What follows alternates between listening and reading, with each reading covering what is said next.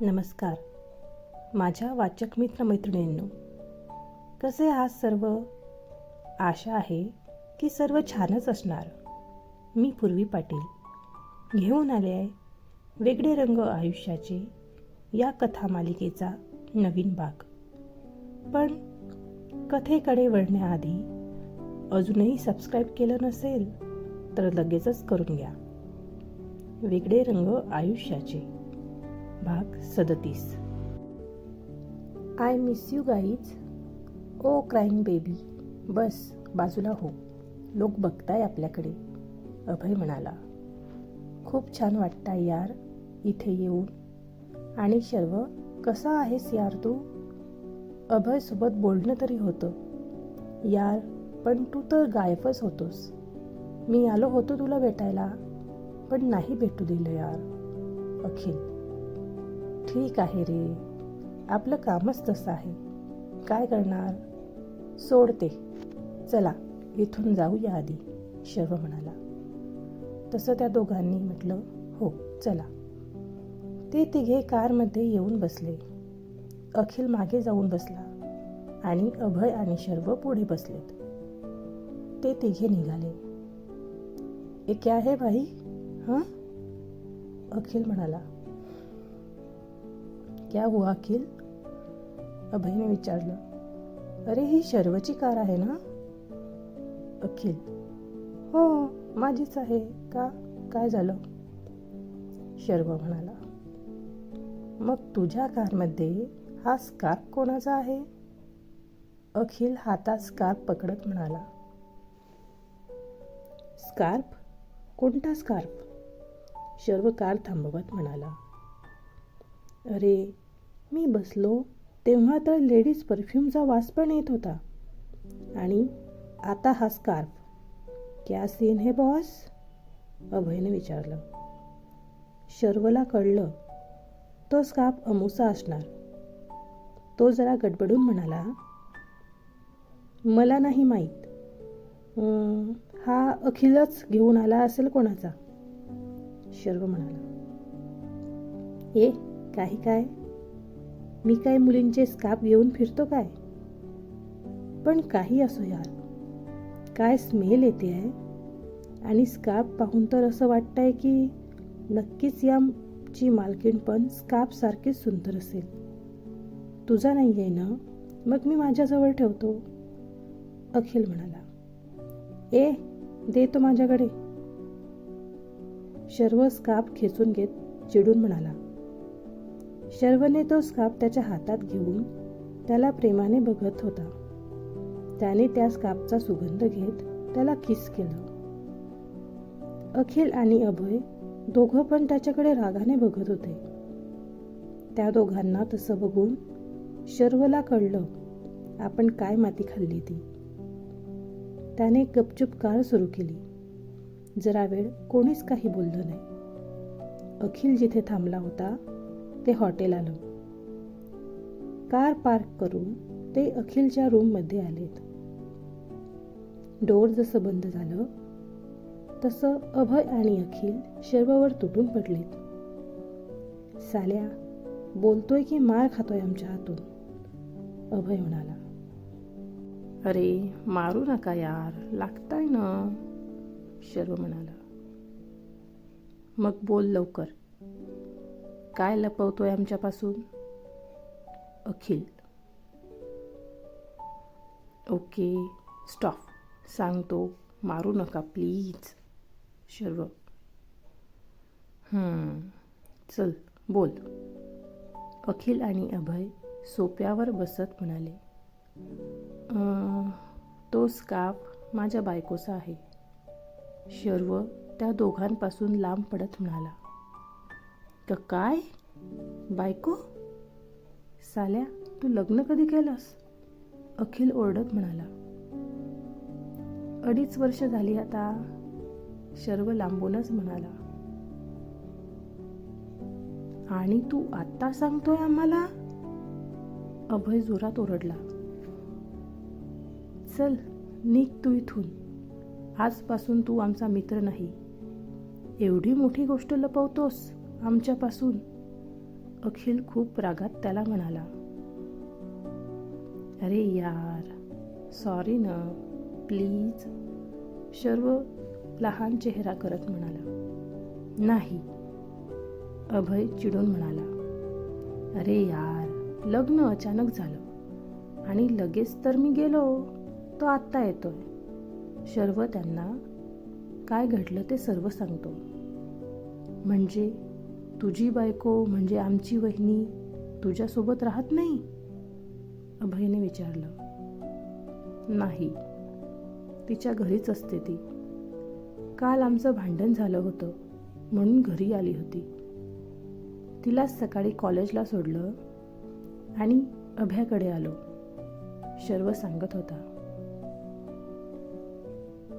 तसं अखिल आणि अभय दोघं पण हसायला लागले. हसा साल्यांनो, तुम्हाला काय करणार माझं दुःख. असं पंचपक्वान्नाचं ताट माझ्यासमोर माझ्यासाठीच असतं, पण त्याला मी हात पण लावू शकत नाही. खाणं तर दूरच, बस पाहूनच मन भरावं लागतं. शर्व डोळे फिरवत लहान आवाजात म्हणाला. तसं अभय आणि अखिल अजून जोरात हसायला लागले. कमाल आहे ना बॉस, ज्याच्या मागे कॉलेजच्या सर्व मुली असायच्या तो लग्न होऊन पण ब्रह्मचारीच आहे अजून. अखिल हसत म्हणाला, मग काय, तुझ्यामुळे मुली आम्हा दोघांना पण भाव द्यायच्या नाहीत. असंच पाहिजे तुला. अभयही लगेच म्हणाला. तसं शर्वने छोटंसं तोंड केलं. कधी भेटवतो मग आम्हाला मिसेस शर्वला? मला तर खूपच उत्सुकता लागली आहे वहिनीला भेटायची, अखिल म्हणाला. हो यार, मला पण भेटायचं आहे वहिनीला. असं कर ना, आत्ताच बोलावून घे तिला, अभय म्हणाला. नाही येणार ती.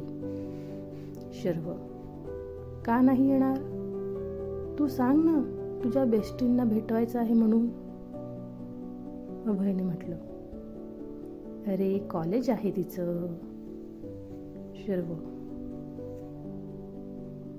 कॉलेज आहे तर काय झालं, हाफ डे टाकायला सांग. असंही तुझ्या वाईफने एक दिवस मुलांना नाही शिकवलं तर ते फेल नाही होणार आहे एक्झाममध्ये. अखिल हसत शर्वला म्हणाला. ती का शिकवेल मुलांना, ती स्वतः शिकते अजून. शर्व, काय, तुझी वाईफ अजून कॉलेज करते?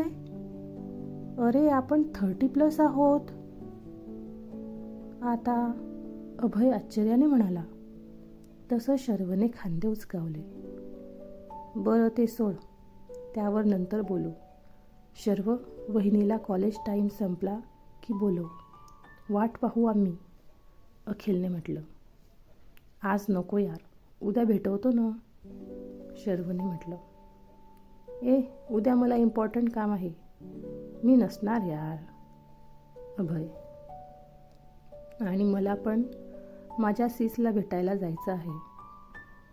मी पण नाही आहे उद्या, तू तिला कॉल कर आताच, अखिलने अभयला सांगितलं. अरे ती लेक्चरमध्ये असेल ना आता, शर्व म्हणाला.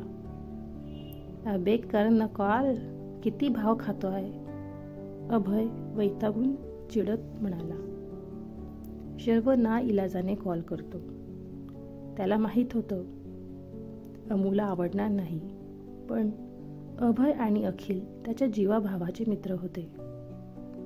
हॅलो अमेया, शर्वने कॉल केला.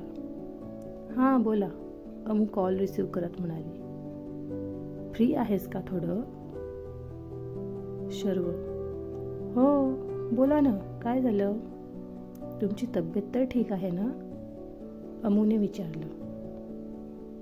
हो, शर्वने एवढंच म्हटलं.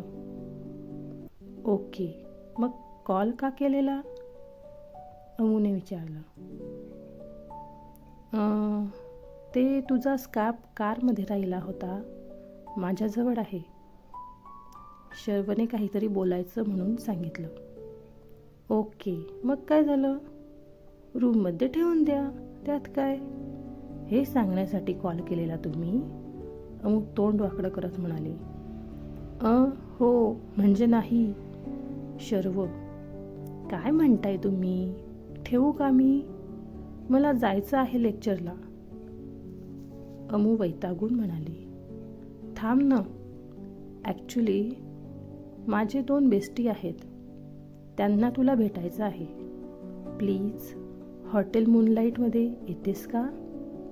शर्वने म्हटलं. काय? तुम्हाला वाटलं तरी कसं मी येईल म्हणून?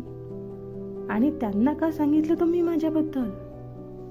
अमेया रागावून म्हणाली. अगं, तो तुझा स्कार्फ राहिला होता ना कारमध्ये, म्हणून कळलं त्यांना. मग मला त्यांना सांगावं लागलं. प्लीज ये ना, first and last time please. Sharv, पण मी असं कसं भेटणार कोणाला?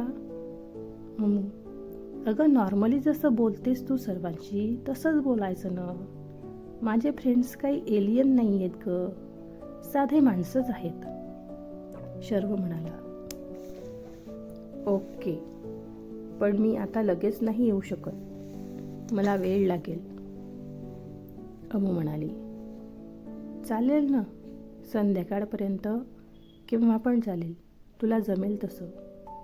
हवं तर मी येऊ का तुला घ्यायला?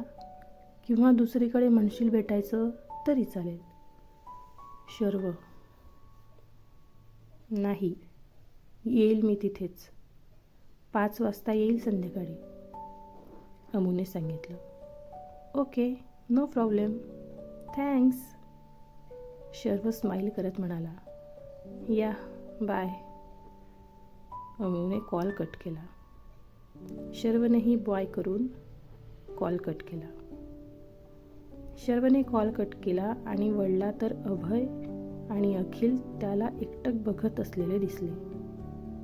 काय झालं? असं काय बघताय भूत बघितल्यासारखं? शर्वने त्या दोघांना विचारलं. अरे, हा दी ग्रेट शर्व देशमुखच आहे ना, जो मुलींकडे बघणं तर सोड, साधं बोलायचा पण नाही. आज तो एका मुलीशी इतक्या प्रेमाने रिक्वेस्ट करून करून बोलत होता. अखिल म्हणाला.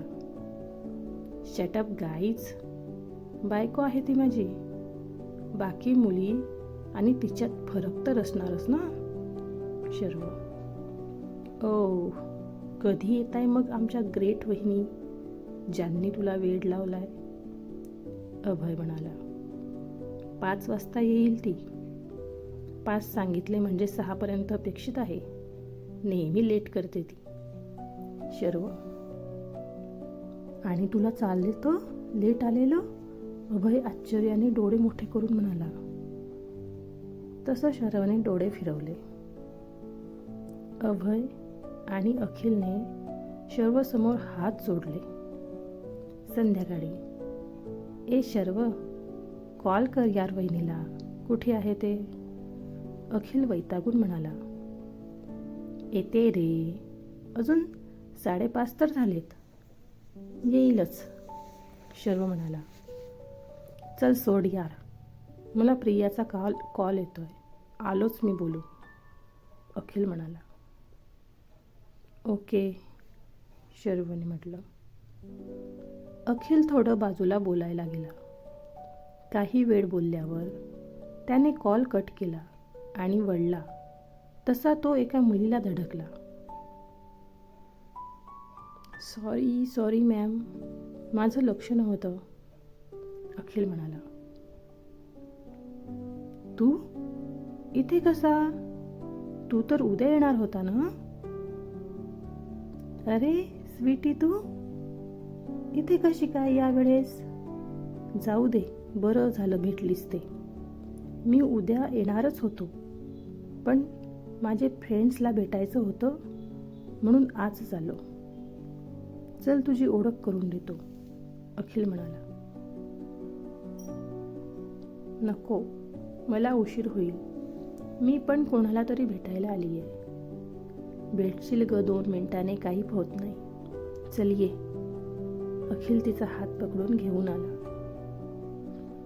हे गाईज, हिला भेटा.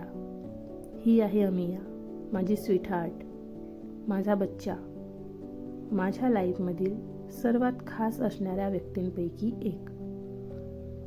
अखिल. तिला अखिल सोबत पाहून शर्वचा चेहरा रागाने लाल झाला. अखिलने तिचा हात पकडून तिला त्याच्या जवळच्या चेअरवर बसवलं. हा बघ, अभय आणि हा शर्व माझे बेस्टी आहेत. अखिलने ओळख करून दिली. अभयने तिला हाय केलं, पण अखिलचं बोलणं ऐकून आणि तिचा हात पकडलेला पाहून शर्वला खूपच राग आला. तो त्याच्या चेहऱ्यावरही दिसू लागला. अखिल, हात सोड तिचा, शर्व रागात म्हणाला. सॉरी, अखिलला कळलं नाही. मी म्हटलं हात सोड तिचा. हात लावणं तर दूर, तिच्या सावलीत पण उभं नाही राहायचं. शर्वने तिला त्याच्या जवळ ओढून घेत म्हटलं. शर्व, अरे काय करतोय? अभयला काही कळलं नाही. मी काय करतोय त्यापेक्षा हा अखिल काय करतोय ते बघ. शर्व अजूनही चिडला होता. मी काय केलं? मी तर फक्त तुमची ओळख करून देत होतो अमूसोबत, अखिल म्हणाला. पण तू तिचा हात का पकडलास? शर्व. अरे पण त्याने तिचा हात पकडला तर तुला काय प्रॉब्लेम आहे? अभयने विचारलं.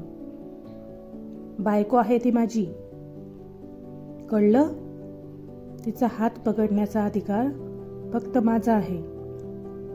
परत तिला हात लावला ना तर हात मोडून ठेवेल तुझा, शर्व रागाने म्हणाला. अहो, किती रागवताय? अमू म्हणाली. तू ठीक आहेस ना? शर्वनं तिला काळजीला विचारलं. शर्वला तिच्याशी लगेच एवढं शांततेत काळजीने बोलताना पाहून अभय आणि अखिल पाहतच राहिले. हो, मला काय झालंय, ठीकच आहे मी, अमूने शर्वला म्हटलं. 1 मिनिट, म्हणजे आजपर्यंत मी शेकड्याने ज्याला शिव्या घातल्यात तो हाच आहे का? अखिल अमूकडे पाहत म्हणाला.